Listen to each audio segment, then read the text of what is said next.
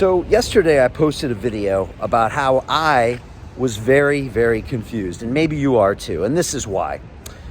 Yesterday, the leader of the Labour Party, Keir Starmer, asked for an immediate national lockdown.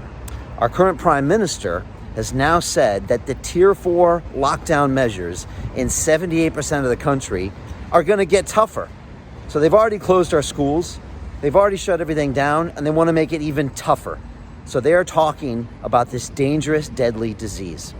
And at the very same time, our Prime Minister is on television yesterday claiming that there is a very, very small risk indeed of COVID being transmitted in our schools. And that's for our young people that are 5 to 18 years old and our teachers that are in their 30s and 40s and 50s.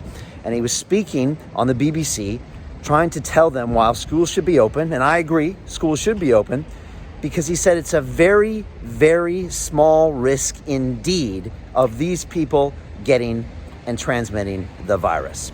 So you've got kids from 5 years old to adults up in their 50s who have a very, very small risk indeed. And at the same time, the leadership of this country is calling for immediate and total lockdowns because of this dangerous, deadly virus. Is it me?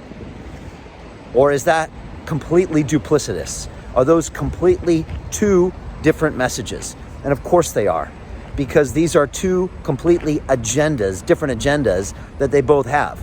And so again, the policy fits the agenda. The policy does not fit the data. And we've seen this consistently over the past 9 to 10 months.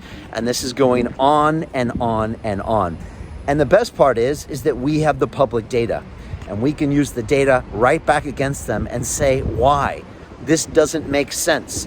And we've been doing that here for the past few weeks. We pointed out that only 388 healthy individuals under 60 have died in hospital from COVID. You heard me right, 388. It's a great article done about this in The Sun recently. We also know that the economy is faltering. We know our mental health is at nightmare proportions. Suicide highest in 20 years. National depression rate doubled since February pre-lockdown. We know the damage that's being done. We also know that there is a certain segment of this population that the Prime Minister himself said had a very, very small risk that could be out there working right now. While we protect the elderly, while we protect those with comorbidities and those are vulnerable, the rest of us can be out here working, our kids can be in school, but let's just go by the science. Let's make a proportionate response to this virus, and let's show some leadership. Leaders innovate. Leaders don't terrorize with fear.